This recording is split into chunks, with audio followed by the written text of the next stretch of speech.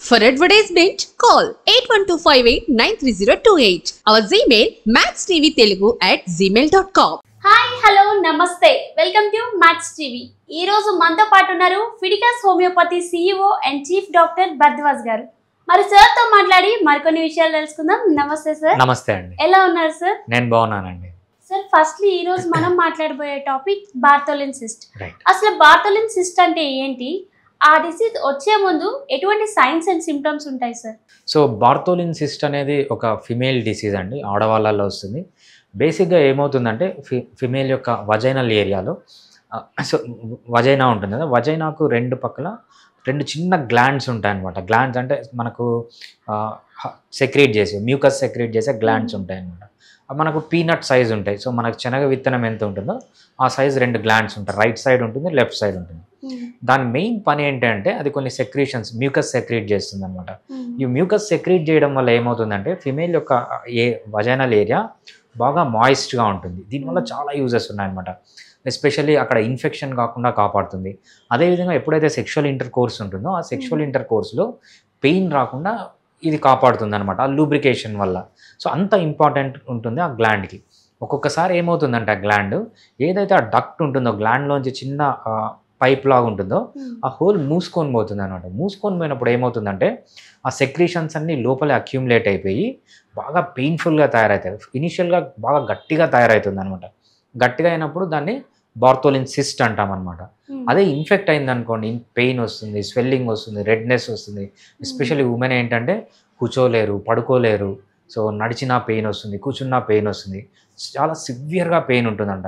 చాలామంది మా దగ్గరకు వచ్చే వాళ్ళు ఎలా డిస్క్రైబ్ చేస్తారంటే, సార్ ఈ ట్రీట్మెంట్ లేకపోతే మేము చచ్చిపోదాం అనుకున్నాం, అంత పెయిన్ ఉంది, తట్టుకోలేకపోతున్నాము అని చెప్తూ ఉంటారు. అంత పెయిన్ఫుల్గా ఉంటుంది అనమాట. సో దాన్ని బార్తోలినైటిస్ ఆర్ బార్తోలిన్ ఆబ్సెస్ అంటాము, బార్తోలిన్ సిస్ట్ అంటాము, డిఫరెంట్ నేమ్స్తో ఉంటుంది అనమాట. మెయిన్గా వీళ్ళకి ఏంటంటే ఆ వజైనల్ ఏరియాలో బాగా స్వెల్లింగ్ వచ్చి, రెడ్నెస్ వచ్చి, పెయిన్ వచ్చి, టెండర్నెస్ అంటే జస్ట్ ముట్టుతానే పెయిన్ రావడం, ఈ సిమ్టమ్స్ అన్నీ మనం చూస్తాం. దీన్ని బార్తోలిన్ సిస్ట్ అంటాం అనమాట. సార్ మీరు ఇప్పుడు వరకు ఈ ప్రాబ్లం గురించి చెప్పారు కదా, ఎక్కువ ఏ ఏజ్ గ్రూప్ అమ్మాయిలకి ప్రాబ్లం వస్తుంది సార్? రైట్. సో ఎస్పెషల్లీ ఈ డిసీజ్ అనేది రీప్రొడక్టివ్ ఏజ్ గ్రూప్లో ఉన్న అమ్మాయిలకి వస్తుంది, అంటే సెక్షువల్గా యాక్టివ్గా ఉన్న అమ్మాయిలకి. సో రీప్రొడక్టివ్గా యాక్టివ్గా ఉన్న అమ్మాయిలకి వస్తుంది. మేము చూసిన కేసెస్ ఎలా ఉంటాయంటే రెండు రకాలుగా ఉంటాయి. ఒకటి మ్యారేజ్కు ముందు, మ్యారేజ్ తర్వాత. మ్యారేజ్కు ముందు ఎలా ఉంటుందంటే వస్తుంటుంది, కొంతమందిలో అంత సివియర్గా ఉండదు, వస్తుంటుంది, పోతుంటుంది, యాంటీబయాటిక్ తీసుకుంటూ ఉంటారు, పెయిన్ కిల్లర్స్ తీసుకుంటూ ఉంటారు, జీవితం అంతా వాడుతూనే ఉంటారు అనమాట. వీళ్ళు మా దగ్గరకు వచ్చే ఫస్ట్ కేసెస్ ఎలా ఉంటాయంటే, సార్ నెక్స్ట్ మంత్ మాకు మ్యారేజ్ ఉంది, ఇలా ఉంటే ఎలా, వస్తుంటుంది, పోతుంటుంది, ఏదన్నా మాకు పర్మనెంట్ సొల్యూషన్ కావాలి, ఇది ఒక కేటగిరీ ఉంటుంది అనమాట. ఇంకొకరు ఏంటంటే మ్యారేజ్ అయిపోయిన తర్వాత, సార్ మ్యారేజ్ అయిపోయింది, మాకు పిల్లలు పుట్టారు, కాకపోతే మాకు ఇంకా రీప్రొడక్టివ్ యాక్టివ్ ఏజ్లో ఉన్నాం, ఈ ప్రాబ్లం వల్ల మా మధ్య హస్బెండ్ వైఫ్ వల్ల మధ్యలో సరిగా ఉండట్లేదు, సో మాకు ఏదైనా పర్మనెంట్ సొల్యూషన్ కావాలి. మా దగ్గరకు వచ్చిన కొన్ని కేసెస్ ఎలా ఉంటాయంటే ఒక్కొక్కసారి 15 ఇయర్స్ నుంచి 20 ఇయర్స్ నుంచి రెగ్యులర్గా పెయిన్ రావడము, వచ్చినప్పుడు యాంటీబయాటిక్స్ తీసుకోవడము, పెయిన్ కిల్లర్స్ తీసుకోవడము, దీంతో పాటు ఈ పెయిన్తో పాటు ఏవైతే పెయిన్ కిల్లర్స్ యాంటీబయాటిక్స్ తీసుకుంటున్నారో దాని సైడ్ ఎఫెక్ట్స్ కూడా వీళ్ళకి ఎక్కువ వెళ్ళిపోతాయి అన్నమాట. సో అందుకు మెయిన్గా ఎస్పెషల్లీ వీళ్ళు ఏంటంటే మ్యారేజ్కి ముందు కానీ మ్యారేజ్ తర్వాత కానీ ఏ క్రానిక్ అక్యూట్ స్టేజ్లో, క్రానిక్ స్టేజ్లో కానీ సో పర్మనెంట్ సొల్యూషన్ అనేది మనము బార్తోలిన్ సిస్ట్లో ఇవ్వచ్చు. ఎంత ఫ్రీక్వెంట్గా ఉంటుందంటే చాలా మందిలో ఉంటుంది. అదేవిధంగా సొల్యూషన్ ఎలా ఉంటుందంటే మా దగ్గరకు వచ్చిన ఆల్మోస్ట్ 100 కేసెస్లో 99% కేసెస్ కంప్లీట్గా క్యూర్ అయ్యాయి అనమాట. హోమియోపతిలో ఏదైనా ఒక డిసీజ్ ఉంది మంచిగా కంప్లీట్గా క్యూర్ అవుతుందంటే, చాలా క్విక్గా క్యూర్ అవుతుంది అంటే బార్తోలిన్ సిస్ట్ అనేది ఒకటి చాలా ఇంపార్టెంట్ డిసీజ్ అని చెప్పచ్చు అన్నమాట. ఓకే సార్, మరి ఇప్పుడు వరకు ఈ ఏజ్ గ్రూప్ అమ్మాయిల వరకు వస్తుందని చెప్పారు కదా, అసలు వచ్చినట్టు మనకి ఎలా తెలుస్తుంది సార్? రైట్, చాలా మంచి క్వశ్చన్ అండి. ఎందుకంటే సో చాలామందికి పెయిన్ వస్తుంది, స్వెల్లింగ్ వస్తుంది, కూర్చోలేరు, నడవలేరు, కానీ ఏం జరుగుతుంది అక్కడ అని వాళ్ళకి తెలియదు.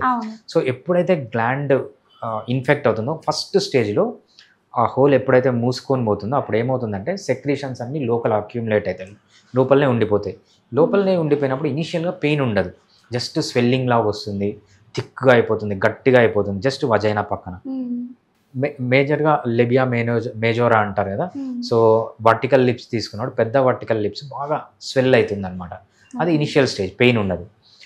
ఒక్కొక్కసారి కొంతమందికి ఏమవుతుందంటే వితిన్ 24 అవర్స్ సివియర్ ఇన్ఫెక్షన్గా మారుతుంది. అంటే ఓవర్ నైట్ చాలామంది ఏం చెప్తారంటే, సార్ ఈరోజు మేము స్వెల్లింగ్ గమనించాము, నెక్స్ట్ రోజు గైనకాలజిస్ట్ దగ్గరికి వెళ్దాం అనుకున్నాము, డాక్టర్ దగ్గరికి వెళ్దాం అనుకున్నాము, కాకపోతే ప్రాబ్లం ఏమైందంటే అసలు రాత్రికే ఎక్కువైపోయింది, అందుకే ఎమర్జెన్సీగా రావాల్సి వచ్చింది అని చెప్తాను. ఒక్కొక్కసారి ఏమవుతుందంటే చాలా క్విక్గా బాగా రెడ్నెస్ రావడము, బాగా స్వెల్లింగ్ కావడము, పెయిన్ రావడము, టెండర్నెస్ అంటాం అనమాట. టెండర్నెస్ అంటే ఏంటంటే టచ్ చేస్తే సివియర్ పెయిన్ ఉంటుంది. అదేవిధంగా వామిటింగ్స్ రావడము, లూజ్ మోషన్స్ రావడము, బాడీ పెయిన్స్ రావడము, వామిటింగ్ వచ్చినట్లు ఉండడము, ఫీవర్ బాగా హై ఫీవర్ రావడము. సో కొంతమందిలో ఉంటాయి ఈ సిమ్టమ్స్ అన్నీ. చాలామంది ఏం చెప్తారంటే, సార్ మేము కూర్చోలేకపోతున్నాం, నిలబడలేకపోతున్నాం, నడవలేకపోతున్నాం, ఏ పని చేసినా సివియర్ పెయిన్ ఉంది. ఆ వజైనల్ ఏరియా అంటే ఫస్ట్ మనకు కామన్గా వచ్చే డిసీజ్ ఏంటంటే బార్థోలిన్ సిస్ట్ అనమాట. ఓకే సార్, మరి మనకి హోమియోపతిలో ఎటువంటి ట్రీట్మెంట్ ఉంటుంది సార్ దీనికి? రైట్, హోమియోపతిలో బెస్ట్ ట్రీట్మెంట్ ఉంటుందండి. 2 రకాలుగా ఉంటుంది. చాలామంది ఏం చేస్తారంటే, సార్ మాకు చాలా సివియర్ పెయిన్ ఉంది, హోమియోపతిలో ఎక్సలెంట్ మెడిసిన్ ఉంది, ఇమ్మీడియట్గా పెయిన్ తగ్గిపోతుంది అనమాట. అదొకటి. అక్యూట్ స్టేజెస్లో కొంతమంది ఏం చెప్తారంటే, సార్ మాకు సంవత్సరాల తరబడి ఉంది, వస్తుంది పోతుంది, వాళ్ళకు కూడా పర్మనెంట్ సొల్యూషన్. మనం కొన్ని రోజులు హోమియోపతి మెడిసిన్ వాడితే పర్మనెంట్ సొల్యూషన్, మళ్ళీ వచ్చే ఛాన్స్ 100% రాదని చెప్పలేం, వచ్చే ఛాన్స్ తక్కువగా ఉంటుంది అనమాట. ఇది సెకండ్ కండిషన్. థర్డ్ కండిషన్ ఏంటంటే, చాలామంది సర్జరీకి వెళ్తారు. ఫస్ట్ వాళ్ళు వచ్చి మళ్ళీ అడిగే క్వశ్చన్ ఏంటంటే, సార్ దీనికి అలోపతిలో సర్జరీ తప్ప వేరేది ఏం లేదంటున్నారు, సర్జరీ చేయించుకోవాలా వద్దా అంటారు. సర్జరీ చేయించుకోవాలా వద్దా అంటే మనం ఆ గ్లాండ్ యొక్క యూజ్ తెలుసుకుంటే మీరే డిసైడ్ చేయొచ్చు, ఆ గ్లాండ్ ఉంచాలన్నా తీసేయాలని. సర్జరీలో ఏం చేస్తారు, ఆ గ్లాండ్ని తీసి పడేస్తారు. ఆ గ్లాండ్ ఎంత యూస్ఫుల్ అంటే, ఎస్పెషల్లీ రీప్రొడక్టివ్ ఏజ్ గ్రూప్లో ఉన్న ఉమెన్కి 2 యూజెస్ ఉంటాయి అన్నమాట. ఫస్ట్, ఆ వజైనల్ ఏరియాని మాయిస్ట్గా పెడుతుంది. మాయిస్ట్గా పెట్టడం వల్ల ఏమవుతుందంటే వేరే ఇన్ఫెక్షన్స్ అన్నీ కావు. ఇది ఫస్ట్ యూజ్ ఆ గ్లాండ్ వల్ల. సెకండ్ ఇంపార్టెంట్ యూజ్ ఏంటంటే, అది కొన్ని సెక్రీషన్స్ పంపిస్తుంది అనమాట, మ్యూకస్ అంటాం దాన్ని. ఆ మ్యూకస్ వల్ల ఏమవుతుందంటే వజైనా మొత్తం మాయిస్ట్ అయ్యి సెక్షువల్ యాక్టివిటీ అప్పుడు పెయిన్ లేకుండా కానీ, ఫ్రిక్షన్ లేకుండా కానీ, చాలా స్మూత్గా పెయిన్ లేకుండా ఉంటుందన్నమాట. సో అందుకు అంత ఇంపార్టెంట్. ఎస్పెషల్లీ దీంట్లో వచ్చేవి ఏమవుతాయంటే, సెక్షువల్గా ఎగ్జైట్ అయిన వెంటనే, లేకపోతే సెక్షువల్ ఇంటర్కోర్స్కి ఒక 5 minutes 10 minutes ముందు ఎక్కువ సెక్రీట్ చేస్తుంది అనమాట. దీనివల్ల వాళ్ళకి చాలా యూజ్ ఉంటుంది. సో అందుకు ఎటువంటి పరిస్థితిలో ఆ గ్లాండ్ తీయడం అనేది మంచిది కాదు, అందుకు సర్జరీ అవాయిడ్ చేయమంటాం. సో సర్జరీ చేసినా కూడా ప్రాబ్లం ఏంటి అంటే మళ్ళీ వస్తూనే ఉంటుంది. సో సర్జరీ ఐఎన్డి అంటాం అనమాట, చిన్న కట్ చేసి డ్రైన్ చేస్తారు. డ్రైన్ చేస్తే ఏమవుతుంది, మళ్ళీ క్లోజ్ అయిపోతుంది. క్లోజ్ అయిపోయిన తర్వాత మళ్ళీ అక్యూములేట్ అయిపోతుంది. సర్జరీ చేస్తే మళ్ళీ వస్తుంది. ఇంకో టైప్ ఆఫ్ సర్జరీ ఉంటుంది అనమాట.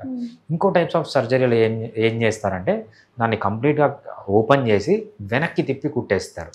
ఆ గ్లాండ్ని, లోపల ఉండాల్సిన గ్లాండ్ని ఓపెన్ చేసి వెనక్కి తిప్పి కుట్టేస్తారు అనమాట, ఇంకా దాంట్లో అక్యూములేట్ కాకుండా. సో అది కూడా చాలా డిస్కంఫర్ట్ అనమాట.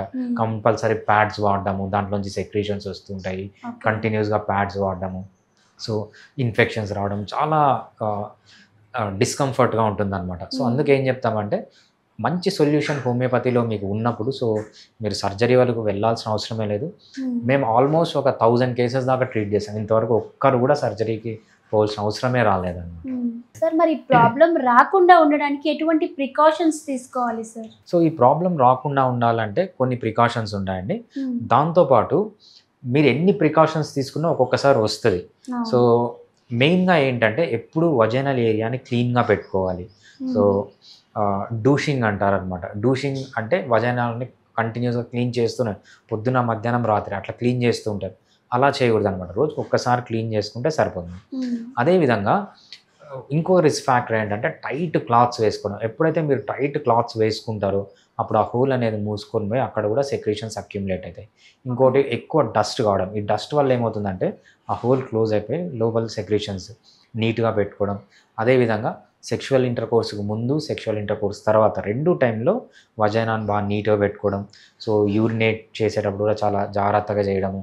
సో ఇవన్నీ చేసినప్పుడు ఇవన్నీ మీరు తీసుకోవాల్సిన ప్రికాషన్స్. ఇంకొకటి, ఆల్రెడీ మీకు వచ్చింది, చాలామంది ఏం చేస్తారంటే నైట్ ఫోన్ చేస్తారు, 11 o'clock 12 o'clock ఫోన్ చేస్తారు, సార్ మేము తట్టుకోలేకపోతున్నాం. అటువంటి వాళ్ళు ఏం చేయాలంటే వెంటనే ఒక టబ్బు తీసుకొని, టబ్లో గోరువెచ్చని వాటర్ వేసుకొని దాంట్లో కూర్చుంటే ఏమవుతుందంటే పెయిన్ రిలీఫ్ వస్తుంది. అదేవిధంగా మీకు ఆ సిస్ట్ అనేది ఓపెన్ అవుతుంది అన్నమాట. ఎప్పుడైతే ఓపెన్ అవుతుందో పెయిన్ తగ్గిపోతుంది. పెయిన్ తగ్గిపోయిన తర్వాత నెక్స్ట్ రోజు వచ్చి హోమియోపతి ట్రీట్మెంట్ మీరు స్టార్ట్ చేయొచ్చు. ఓకే. సో ఎస్పెషల్లీ రాత్రి చాలా సివియర్ అయిపోయినప్పుడు, ఇంటి పక్కన ఎవరు లేనప్పుడు, సో హెల్ప్ ఎవరు లేనప్పుడు, సో మీరు ఈ విధంగా చేస్తే ఏంటంటే ఇమ్మీడియట్గా పెయిన్ అనేది తగ్గుతుంది. నెక్స్ట్ రోజు వచ్చి మీరు ట్రీట్మెంట్ తీసుకోవచ్చు. ఓకే సార్, బార్తోలిన్ సిస్ట్ గురించి చాలా బాగా ఎక్స్ప్లెయిన్ చేశారు. Thank you sir. థ్యాంక్స్ అండి.